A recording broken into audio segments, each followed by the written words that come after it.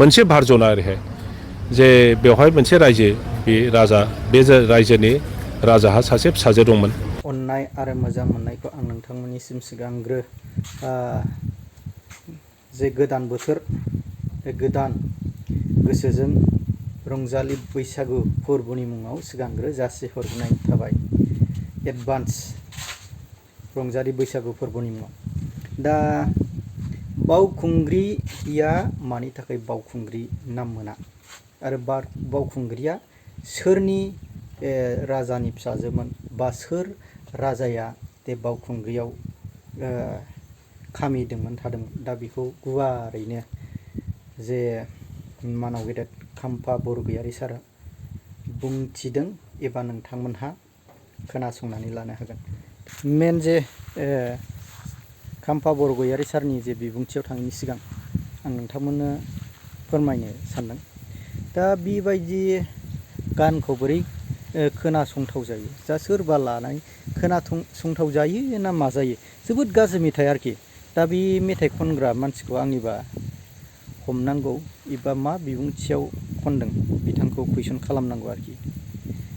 दा बेखौ जोंनि माखासे बर' फरायसा आफादा बेखौ हमनांगौ ना। दा जोबोद गाज्रि मेथाइ, बेखौ बोरै खोनासंथाव जायो।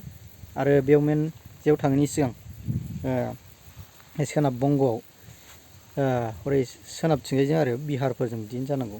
दा इलेक्सननि जे मोनसे पारपासाव इलेक्सन केम्पिंआव जे हादरनि गाहाय मन्त्रि नरेन्द्र मदि सारा बर'नि मोनसे फुल आर'नाइ ड्रेसजों गाननानै मोनसे पाब्लिकफोरनि सिगाङाव दिन्थिदों। नोंथांमोनहा नायनानै ला। सल' होननानै बुंनांगोन, नाथाय आं दहाय बुंदों जे बियो मोनसे समावहाय बे घटनाया जादोंमोन, रियेल घटनामोन बियो। माने जों जायखौ मिथिगौ माने बोराय बुरैफोरनिफ्राय अरेलि फैनाय जि खोथा जों मिन्थिनो मोन्दों, बेवहाय मोनसे भारजना ओरैहाय जे बेवहाय मोनसे रायजो बे राजा बे रायजोनि राजाहा सासे फिसाजो दंमोन आरो बे फिसाजोआ माने खुंग्रि माने राजखुंग्रि, बेखौ खुंग्रि होननानै बुङो बर'आव। दा बेयो सासे जेनेरेलजों मोजां मोनलायोमोन आरो न'खरनि राजा रानि बेजोंनो हाबा होगोन। बे सान्थ्रि गाहाय, बर'आव जायखौ सान्थ्रि गाहाय होननानै बुङो, बेजों हाबा होगोन। हाबाया जाथ'वाखै। थिग बे समावनो गुबुन रायजोनि सासे राजखुंगुरा बे राजखुंग्रिखौ गोसथोयोमोन। दा खोनानो मोनबाय जे गाव मोनलांनाय नङा बेखौ, खिन्थु बेनि सान्थ्रि गाहायासो मोनसिगोन। बेनिखाय जेलास जानानै बै राजखुंगुरा बे रायजोखौ गाग्लोबो। बे गाग्लोबनायाव मोनसे जोंनि बे राजखुंग्रिजों रायलायलायनानै राजा न'खरनिफ्राय ओंखारलांनानै जुद्धआव थांदों माबाया जेनेरेला, सान्थ्रि गाहाया। खिन्थु कयेक दिननि उनाव मेसेजआ फैबाय बे जुद्धआव बे सान्थ्रि गाहाया थैबाय। दा बेखाय राजखुंग्रिया सिन्था खालामबाय, बे थैबायब्लाथ' जायजों हाबा खालामनो नागिरदोंमोन बेनो थैबायब्ला अब्ला आं थांनानै थानायनि मा मिनिं दंबावो।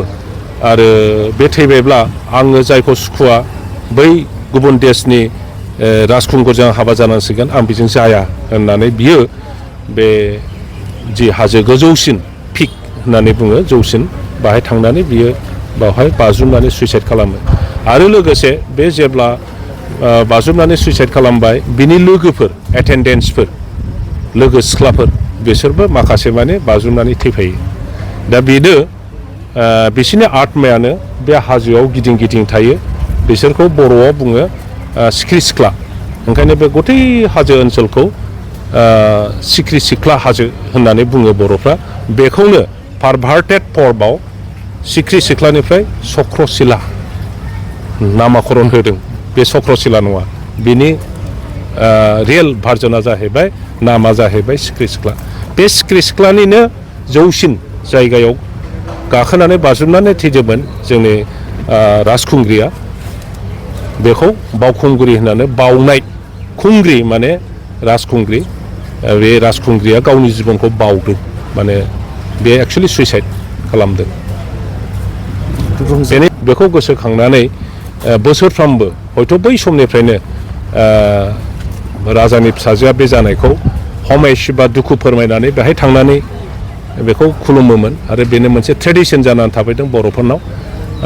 दा बेखौ बुङो आरोखि जे सोरबाफोर बोसोरथाम माने खेबथाम बोसोरसेयावनो खेबथाम नङा बोसोरथाम कनसिकिउटिभ बोसोरथाम बे हाजो गोजौआव जुदि गाखोलाङोब्ला अब्ला गावनि प्रेमि गाव जायखौ मोजां मोनो बिजों हाबा जालायो होननानै जोंनाव बर'फोरनाव बे मोनसे बिसास दं आरोखि।